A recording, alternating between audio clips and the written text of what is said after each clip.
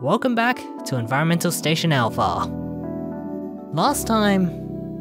what did I do last time? But in all seriousness, we were exploring the jungle sector and we grabbed a whole bunch of items, we grabbed a triple shot, and now we're finally here. And this is probably the first major brick wall if you're kind of a new player, because the strategy for defeating this particular boss, aka Purple Eye, over here in the middle, is not that easy to notice, since there are 3 phases, or stages, to this battle. You can't immediately damage it, and you kind of have to wait for it to attack. So how long this battle takes will kind of depend on what the game decides to do. So, in a way, I suppose, if you're a kind of speedrunner, you might say this is basically an equivalent to Phantoon, because it randomly changes when it decides to do an attack, and you don't really, well, you can't really influence how that's going to turn out. So yeah, so it kind of dies, its head opens up, it triggers some of the systems here, and basically all you've got to do is hit the exposed part, which is outlined in pink. It's kind of gross, but yeah, that looks really, really ugly. And at this point, the 3rd phase is kind of a weird, writhing mass of limbs. There's not really much you can do here, aside from just keep on shooting with your charge shot. The range is good enough for you to hit it, so yeah. I have no idea how many attempts I made the first time, but let's take it safe and get a save. That battle went better, but that's because I actually knew what to do. If you didn't have the vertical dash, you could just hookshot across the top to avoid falling into the green water. But anyway, one-way floor, you've got the second part of the log. I have no idea what the first part of the log is at this point. But, oh yeah, that's right. It was discovered that the cause was a computer virus. And no one has been able to get out yet. Okay, so I guess those options might be a thing.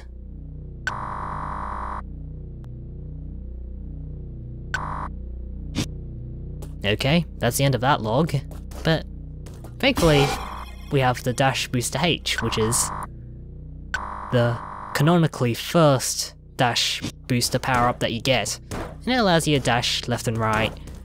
It's kind of more useful if you're trying to get around really fast.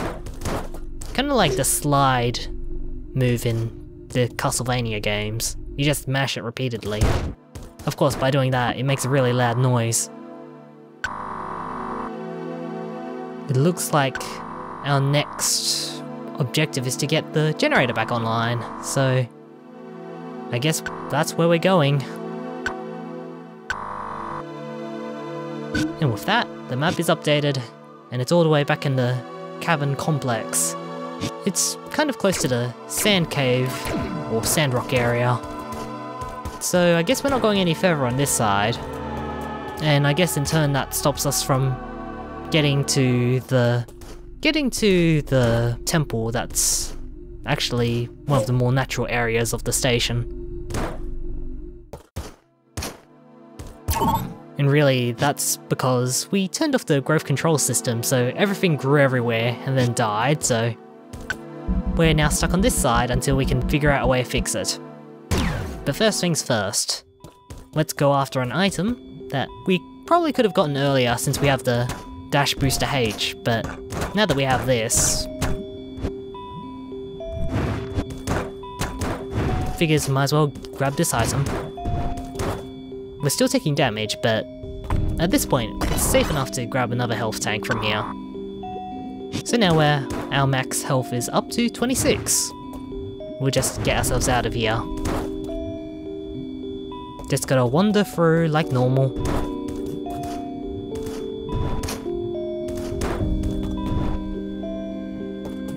And save again. Yes, there's a teleporter beneath us. And there's also some other patchy areas that we haven't explored just yet. But let's not get ahead of ourselves. We'll just grab the teleporter and teleport as close as we can get, maybe. There are a couple of extra areas that aren't filled in on the map yet though, so maybe we'll take a look at the Sandrock sector.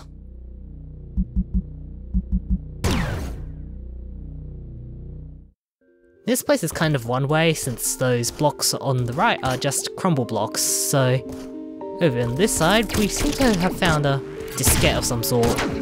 Of course we have to deal with the flies first. Just gotta get rid of all those shootable blocks before we try and dash our way past this crusher so we can actually grab the item, since we can't actually move it. We have to trigger it, go up, dash through, and now the last part is just to get over there. Pretty simple with the amount of upgrades that we have. Unfortunately, our robot is not made of diskette readers, so we can't actually take a look at what's on that tape right now. Or disc, rather. So we'll just head back here instead. We've got a lot of these amoeba-like things. These floaters. I'm not sure what the reason is for including so many of these at this point in the station. Not really sure how they're important to keep around. I mean, what ecosystem has stuff like this where they just float around and try and kill you? This looks like the way to the area, but it's kind of blocked off by those air vents. Thankfully we have the Dash Booster H to make up for that. And we have the generator computer. And now it's on. So it means that all electronics and robotics are back online. That can't be a good idea for the viruses. Must be a very smart virus though if it can target everything. We have the triple guard, consisting of red, green, and yellow. Interesting choice of colour.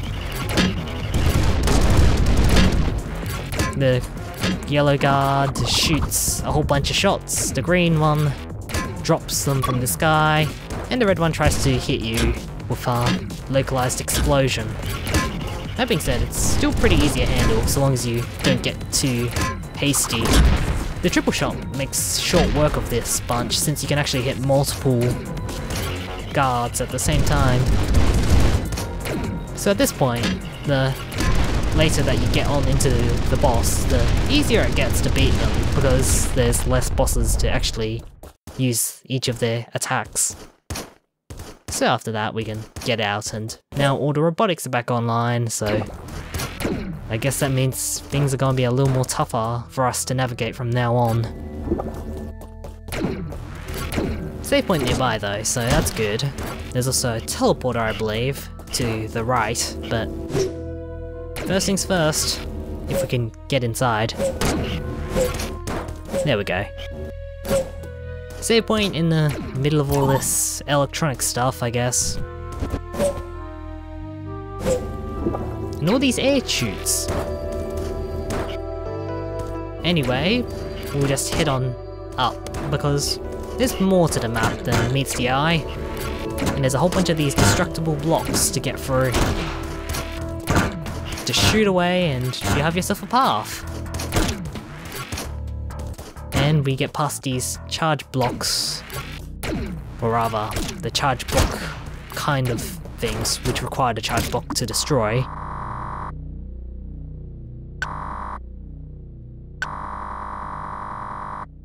Okay, there's heat-resistant suits in the temple, and somehow the earthquakes can target anything. It's probably more accurate to call them tremors since there's no actual earth as such on this station. Anyway, this disc that we got contained an image of the control hub. Looks kinda neat, but it's only one. There's still quite a few to grab, I imagine. So let's just break on through and let's actually take a look around a bit more. We already broke the way through using the switches, so might as well go take a look.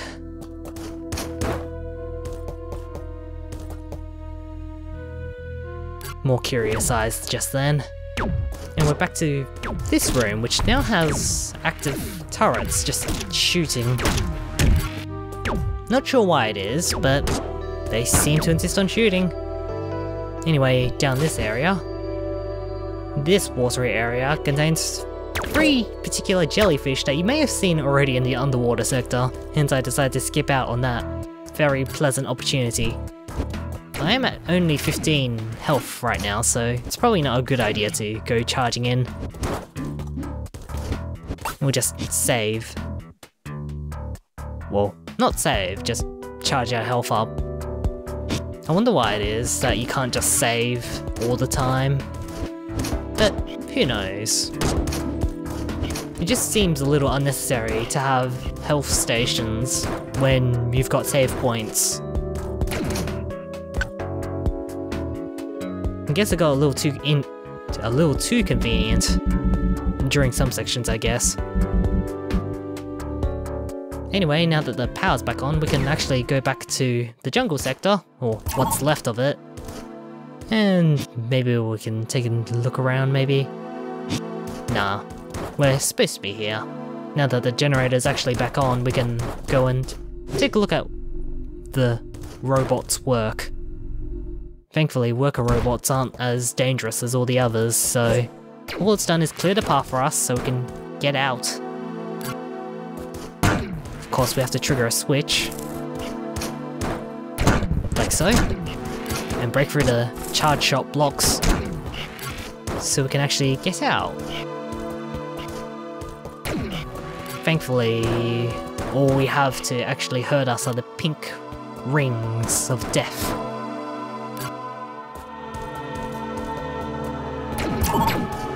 And we're finally back out into the open. About time. Now we can actually go around and take a look at things. It'll probably be a bit of time before this entire sector comes crashing down due to the lack of, well, any kind of nutrients whatsoever. Still a lot of poisonous water though.